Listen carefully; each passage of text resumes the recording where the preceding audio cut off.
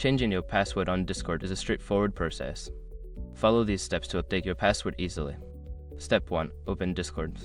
Launch the Discord application on your device or go to the Discord website and log into your account. Step 2. Access user settings. Once logged in, look for the gear icon located at the bottom left corner of the screen. Click on it to open the user settings menu. Step 3. Navigate to the security tab.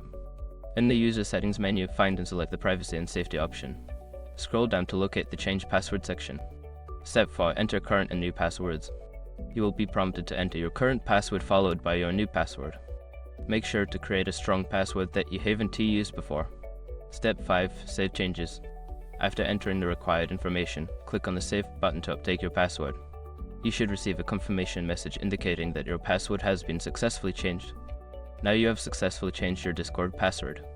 Remember to keep your new password secure.